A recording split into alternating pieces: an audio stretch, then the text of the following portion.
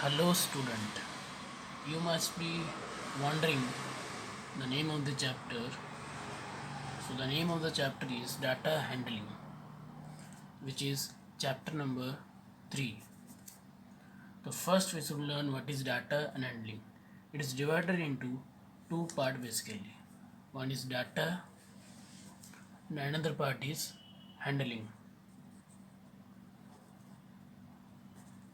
So data means nothing, collection of numbers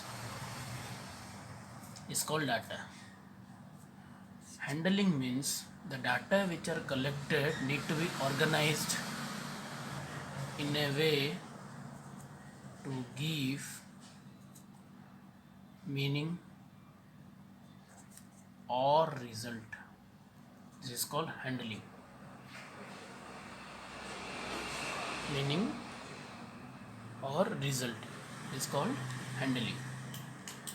Data can be collected from two sources: primary, secondary. In computer also you have studied primary memory and secondary memory. Similarly, in data can be collected from primary source and from secondary source. Primary source means if the observer or the person who collect data, observer presence is must, but in secondary will collect or depend on computer, that means internet, newspaper, etc. things. That means in primary source the observer is present himself, and on secondary source he depend on other to get the required information. These are the two way of collecting data. There are few terms which are linked with that, like frequency. Frequency means the number of times data or number repeated is called frequency. The way of arranging the numbers according to systematic order is called frequency distribution. Frequency distribution means arranging the data with their corresponding frequencies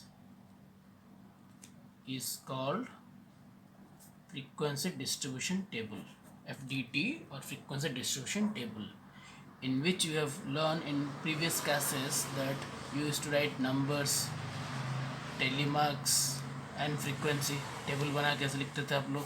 number सोचो 1, frequency इसका 3, तो आप 3 6 बनाते तो 2 has been repeated 5 times, तो आप लोग कैसे करते 1 2 3 4, फिर डायगनली एक क्रॉस डाल देते हैं.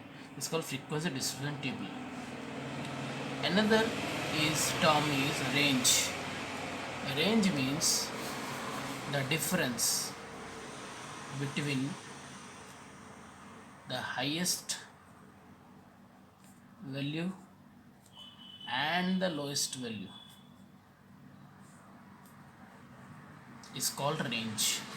Highest value minus lowest value is equal to range. This is the formula for range. In this chapter we will be reading about 3 M's. 3 M's. What are the 3 M? First is mean, second is median, third but not the least, mode. These are the 3 M you will be going through the first exercise. So first we should learn what is mean.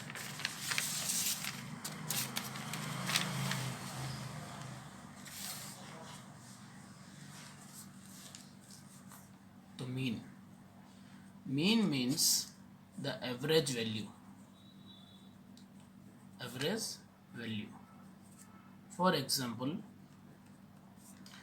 3, 2, 10 or 5 it is given. Clear? 3, 2, 10, 5 it is given. So how to find mean? This is a question. Then we should learn how to find mean.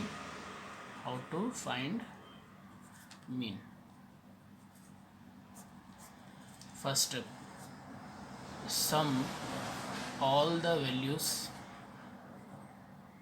or numbers. Second point is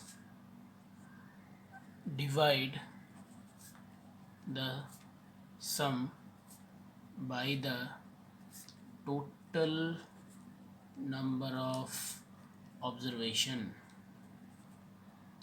For instance, and therefore mean और इसका symbol है x के ऊपर बार देना है, फिर line देना. इसका फॉर्मूला हो जाएगा आपका सम ऑफ ऑल ऑब्जर्वेशन जो आप देख रहे हो. क्या देख रहे हो आप? डाटा को देख रहे हो. Data are in form of numbers by total observation. तो ऊपर क्या किया आपका 3 + 2 + 10 + 5 बाई टोटल कितने हैं 1 2 3 4 5. तो डिवाइड बाई 5. तो सम कितना हो गया 20/5 which is equal to 10. Mean का जो आंसर आएगा वो कभी ऑब्जर्वेशन में हो सकता है या फिर नहीं हो सकता है. इधर मीन का आंसर कितना है 10. आपके नंबर लिस्ट में 10 है ना, लेकिन कभी कभार नहीं होगा. उसका मतलब ये नहीं कि आपका रॉन्ग है. मीन का आंसर हमेशा इधर लिस्ट में हो सकता है या फिर आउट ऑफ लिस्ट भी हो सकता है. ये था मीन का प्रोसेस और ये मीन का सिंबल भी. क्लियर? इस तरीके से हम लोग दूसरा हमको टच करेंगे जो है मीडियन. मीडियन का मतलब है मिड वैल्यू और मिडिल नंबर. मतलब क्या, जो ऑब्जर्वेशन आपको दिया गया होगा उसका एकदम मिडिल वाला नंबर आपको ढूंढना है. मान के चलो आपको टोटल 7 ठो नंबर दिया गया है. तो आप क्या करोगे, लेफ्ट में 3 छोड़ दोगे, राइट में 3 छोड़ दोगे, जो बचा बीच में वो हो गया मीडियन. क्लियर? तो एग्जाम्पल देखिए 2 4 3 6 8 5. ये एक क्वेश्चन है और एक क्वेश्चन है 2 4 3 6 8 5 7. आपको मैं 2 फॉर्मूलास दूंगा.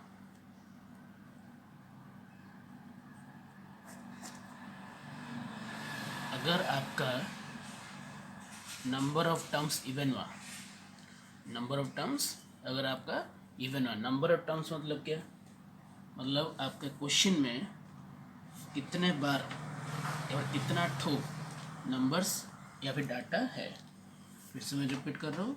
नंबर ऑफ टर्म्स का मतलब है आपके गिवन डाटास में कितने ठो नंबर है. जैसे इधर 1 2 3 4 5 6, तो 6 मतलब इवन. इधर 1 2 3 4 5 6 7 ऑर्डर. इवन का फॉर्मूला है n/2 term plus n/2 + 1 term whole by 2, where n equal to number of terms. अभी इस क्वेश्चन को मैं सॉल्व करूँ. देखो एग्जाम्पल जो दिया था, एग्जाम्पल कौन सा 1 नंबर. तो इधर n कितना है 6 विच इज इवन. अगर इवन हुआ तो क्या होगा फॉर्मूला, मीडियन इक्वल टू ये वाला फॉर्मूला है.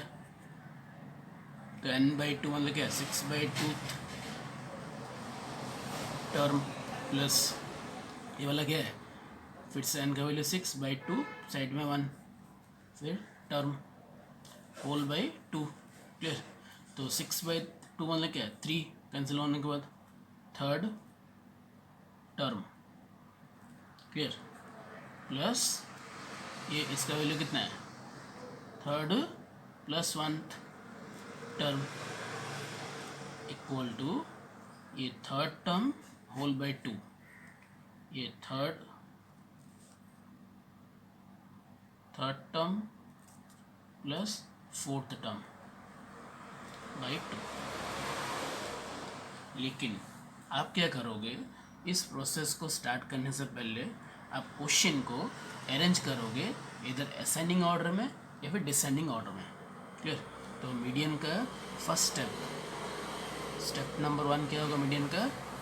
Arrange the data in ascending और डिसेंडिंग ऑर्डर। तो जो क्वेश्चन मैंने लिया था बिट नंबर 1 में क्वेश्चन क्या लिया था मैंने? 2 4 3 6 8 5। इसको मैं असेंडिंग ऑर्डर में अरेंज कर रहा हूँ। तो असेंडिंग ऑर्डर अरेंज करने से क्या आएगा? 2 3 4 5 6 8। क्लियर? तो अभी मीडियन इक्वल टू फॉर्मूला मैंने क्या डिराइव किया था?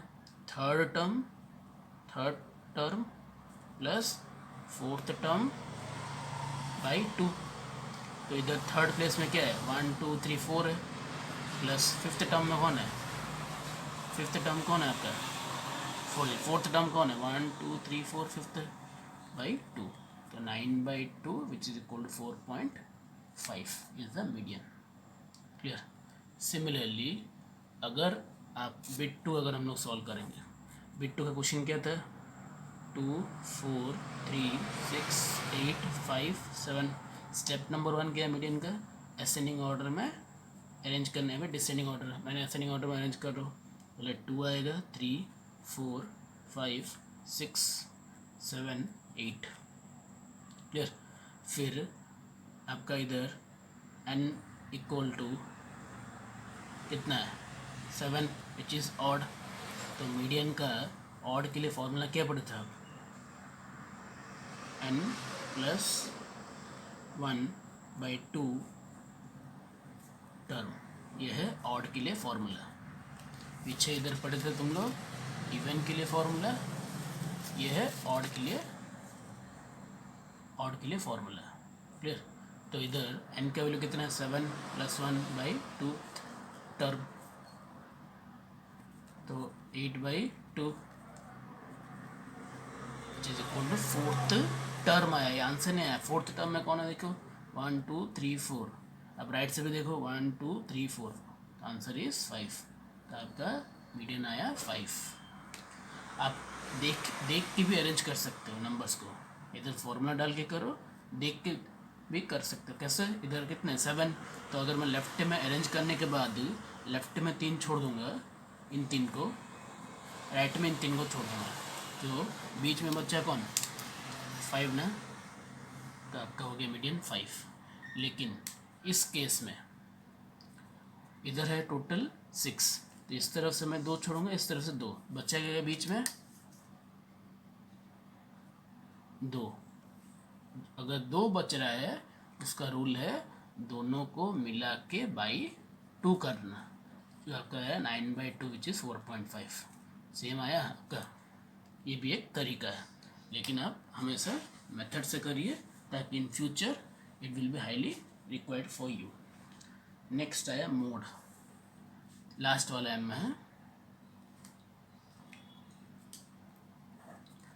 मोड। मोड का मतलब है द मोस्ट फ्रिक्वेंट नंबर, मतलब जो बार बार रिपीट हुआ होगा उसको बोलते हैं मोड। जैसे फॉर एग्जांपल मैं लेता हूँ, इसका भी स्टेप नंबर 1 होगा arrange the data in ascending और डिसेंडिंग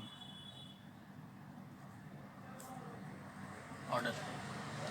तो एग्जांपल देखो मैं कर रहा हूँ छोटा सा, 4 5 3 4 3 2 4 6। क्लियर? तो इसमें अगर आप करोगे तो आप क्या करोगे, फ्रीक्वेंसी डिस्ट्रीब्यूशन टेबल बनाओगे। क्या होगा उसमें, एक तो होगा नंबर्स, दूसरा होगा फ्रीक्वेंसी। टेलीमार्क्स बनाने की ज़रूरत नहीं, अगर आप चाहो टेलीमार्क्स भी बना सकते हो, ऐसा कुछ मैंडेटरी नहीं है कि सिर्फ ये दो ही बनाना है, टेलीमार्क्स भी बना सकते हो। नंबर क्या क्या आपका इस लिस्ट में, इसमें लिस्ट में नंबर सबसे छोटे से बड़े जाएंगे, असेंडिंग ऑर्डर मैनेज करेंगे। पहला नंबर 1 तो नहीं है, फिर 2 आएगा, फिर 3 है, 4 है, 5 है, 6 है। अभी 2 इस लिस्ट में कितने बार रिपीट हुआ है, काउंट करो, 1 टाइम, फिर फ्रीक्वेंसी हो गया 1। 3 कितने बार रिपीट हुआ है, 1 2 2 टाइम्स। 4 कितने बार रिपीट हुआ है, 3 टाइम्स। 5 रिपीट हुआ है 1 टाइम।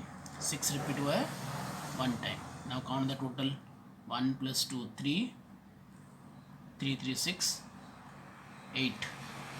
काउंट करो, 8 है ना, नहीं, 1 2 3 4 5 6 7 8, करेक्ट है। तो इसमें से हाईएस्ट फ्रीक्वेंसी कौन सा, ये वाला। तो ये किसके साथ लिंक हुआ है, कौन सा ऑब्जर्वेशन के साथ, 4 के साथ लिंक हुआ है। तो आपका मोड हो गया ए गोल, और या फिर ये एरो मार्क नहीं देना है, आपको समझाने के लिए मैं दे रहा हूँ। देयरफॉर मोड इक्वल टू कितना होगा, 4। क्लियर। इस तरीके से आप तीनों एम को अलग अलग वे में सॉल्व कर पाओगे। तो ये था आपका introduction part of data handling regarding first exercise and second exercise, that is exercise 3.1 and 3.2। I hope introduction part आपको पूरा समझ में आ गया होगा। तो इंट्रोडक्शन पार्ट को थरोली ऑब्जर्व करिए और एक्सरसाइज हम लोग स्टार्ट करेंगे। फिर तो अगर कुछ भी डाउट हो इंट्रोडक्शन पार्ट में, काइंडली मुझे रिमाइंड करना, उसके बाद जाकर हम लोग एक्सरसाइज स्टार्ट करेंगे। Thank you for watching the video. If you like the video, press on like button and subscribe the channel to get future updates regarding mathematics of class 7th. Thank you for watching.